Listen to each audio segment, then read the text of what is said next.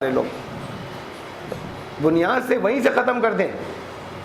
ہمارے پاس یہیں پر یہیں رامپور میں بہت اچھے دوست ہیں, ان کے ساتھ میں بہت میوچل کوآپریشن کے بہت سی چیزیں رہتی ہیں. شیعہ ایکٹیوسٹ ہیں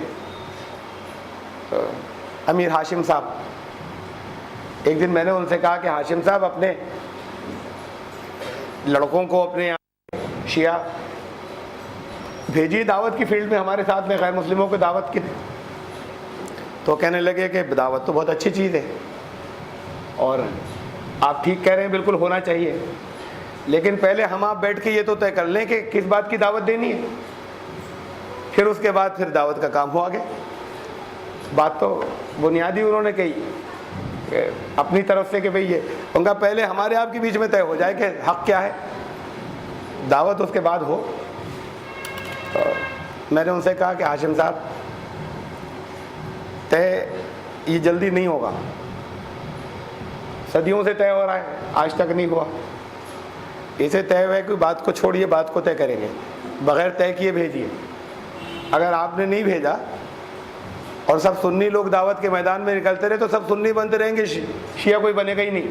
اور اگر آپ بھی کچھ کو بھیجیں گے تو کچھ شیعہ بھی بنیں گے, اور ہمیں کوئی آبجیکشن نہیں, کوئی اعتراض نہیں, کچھ لوگ شیعہ بنے گا. تو ہماری وسعت اتنی ہونی چاہیے, ہمیں واقعی اعتراض نہیں. جب وہ مسلمان ہیں, اللہ کے دین کا کلمہ پڑھتے ہیں, بعض چیزیں ہم آپ کی نظر میں ان کی غلط ہے, بعض چیزیں ان کی نظر میں آپ کی غلط ہے. جب کامن کاز پہ جڑیں گے تو پھر اختلاف کے اوپر گفتگو ہوگی, ختم ہو جائیں گے. جب مشترک بنیادوں پہ اکٹھے ہوں گے. وہاں پر کانپور میں ایک پروگرام تھا, اس میں درمیان میں پروگرام بہت سے لوگ تھے, درمیان میں ایک ساتھ کہیں جیسے ایک ہی جگہ سے آئے ہوں, بیچ میں ایک بہت بڑی اچھی خاصی تعداد اور درمیان میں آ گئی. بات کو معلوم ہوا کہ شیعہ لوگ تھے, کسی پروگرام سے وہ آ رہے تھے, وہ بھی آ کے شریک ہوئے قریب. ختم ہو گیا تو اس کے بعد پھر ہم لوگ سب لوگ چلے گئے. ہم نے لوگ یہ ہوا کہ کھانا وانا کھا لیں, نماز کو تو کافی دیر ہو گئی ہے ظہر کی, بعد کو پڑھ لیں گے, جماعت اب نہیں ملے گی, اپنی جماعت کر لیں گے یہیں پر, پہلے کھانا کھا لیا جائے. یہ بات ہو ہی رہی تھی کہ اذان کی آواز آئی. میں نے کہا اذان تو ہو رہی ہے کہ قریب میں ہی, بالکل قریب میں. تو انہوں نے کہا شیعہ مسجد ہے. تو میں نے پوچھا بولے مسلمانوں کی ہے یا نہیں ہے, مسلمان ہے نہیں ہے؟ تو انہوں نے کہا کہ ہاں تو ہے لیکن شیعہ ہیں. میں نے کہا بھی میں تو وہی پڑھوں گا مسلمان, یعنی ویسے پڑھ لیتا آپ نے یہیں پہ پڑھ لیتا, لیکن اس بات کے اوپر تو اور خاص طور سے وہیں پہ پڑھی جائے گی جہاں آپ لوگ کہہ رہے ہیں کہ ہم نہیں یہاں وہاں نہیں پڑھی جا سکتی. تو میں نے کہا میں تو وہیں پڑھوں گا جا کے نماز. اور پھر سارے لوگ چل دیے, سب نے کہا کہ چلیے جب آپ کہہ رہے ہیں. یہ وہ پورا گروپ ملا وہاں پر نماز, جو یہاں آئے تھے اس بات کو معلوم ہوا تھا کہ شیعہ تھے جو بعض. اب انہوں نے دیکھا اتنی اچھی خاصی اتنی بڑی بہت سے لوگ 20-25 تھے, جو باقی اور زیادہ تر جا چکے تھے, وہاں پہ رک جانے والے 20-25 تھے.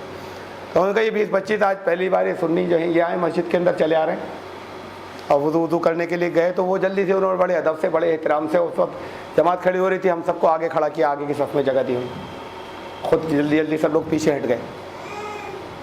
لوگوں نے اپنے جو کچھ اختلاف ہے اس حساب سے, اس اختلاف کے حساب سے انہوں نے اپنے مسلک کے اعتبار سے نماز پڑھی. سنیوں نے زور کی نماز تھی, پڑھ چکے, پڑھنے کے بعد یہ لوگ پیچھے ہٹ گئے.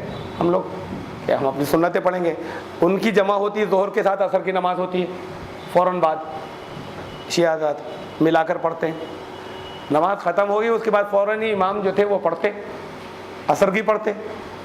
تو اب جب ہم لوگ جیسے پیچھے ہٹنے لگے وہ فوراً مڑے امام صاحب. انہوں نے مجھ سے کہا, ہم لوگوں سے کہا کہ آپ حضرات جائیے گا مت, اپنے نماز کے بعد آپ حضرات جائیے گا مت, لیکن اب ہم ذرا سا پوری کر لیں نماز اپنی.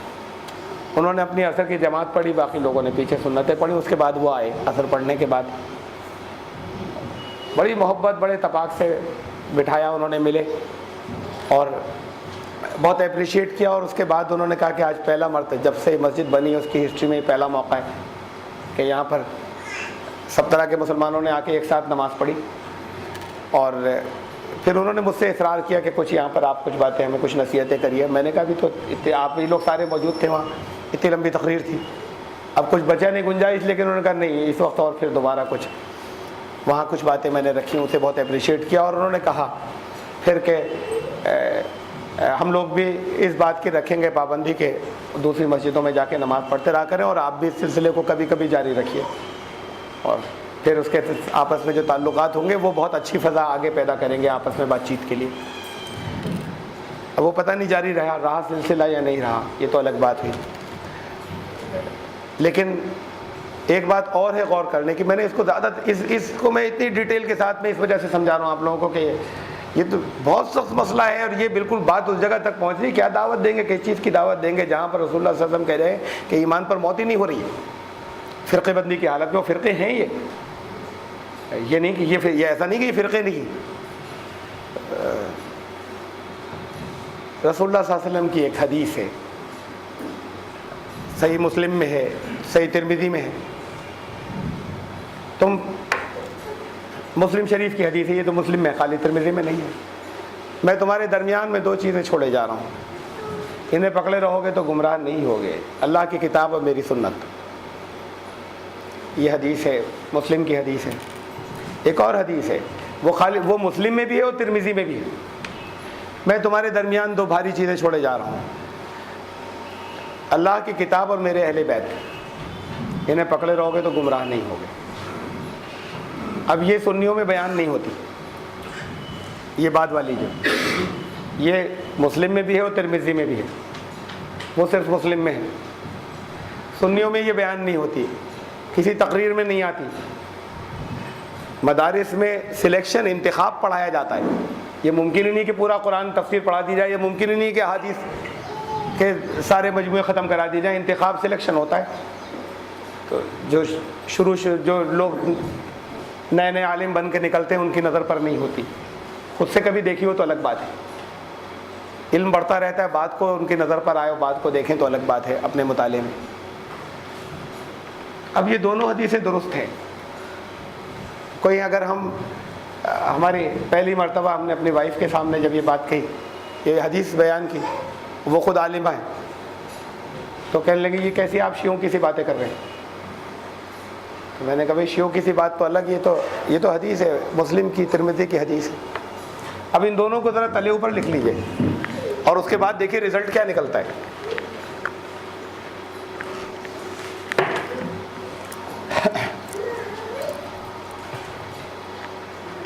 ہندی میں لکھ دوں، کامن ہو جائے گا سب کے لیے۔ اردو میں بول رہا ہوں، جسے ہندی نہیں آتی وہ اردو میں لکھ لے۔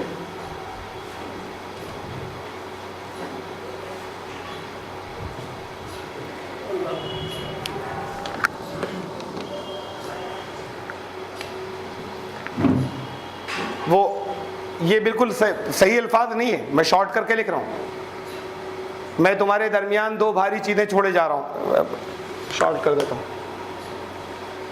دو بھاری چیزیں چھوڑے جا رہا ہوں۔ لکھ لیجئے آپ جنہیں بول رہا ہوں، اردو والے اردو میں لکھیے، میں تمہارے درمیان دو بھاری چیزیں چھوڑے جا رہا ہوں۔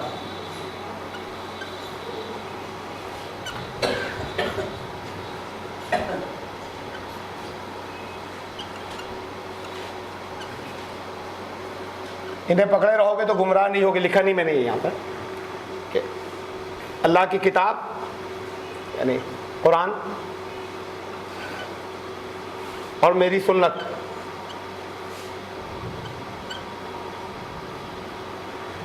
دوسری حدیث ہے کہ میں تمہارے درمیان دو بھاری چیزیں چھوڑے جا رہا ہوں، انہیں پکڑے رہو گے تو گمراہ نہیں ہوگے۔ سیم آخر ایک ہی جملہ چلا جا رہا ہے، اللہ کی کتاب یعنی قرآن، یہاں تک بالکل ایک ہی الفاظ ہے، اور میرے اہل بیت وعترتی و اہل بیتی، اہل بیت یعنی گھر والے۔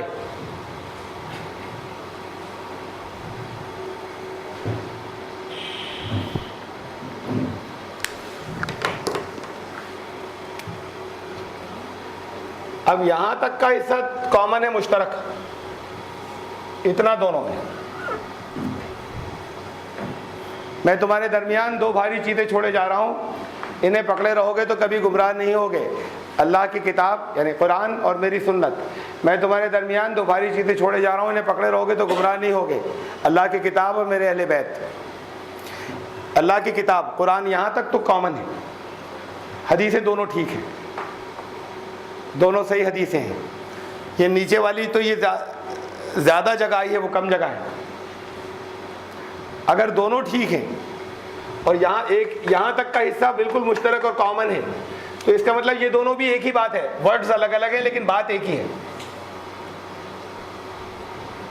یہ الفاظ الگ الگ ہیں لیکن اس کا مطلب دونوں کا مطلب ایک ہی ہے. یعنی سنت اور اہل بیت جو ہے یہ قریب قریب ایک ہی بات ہے.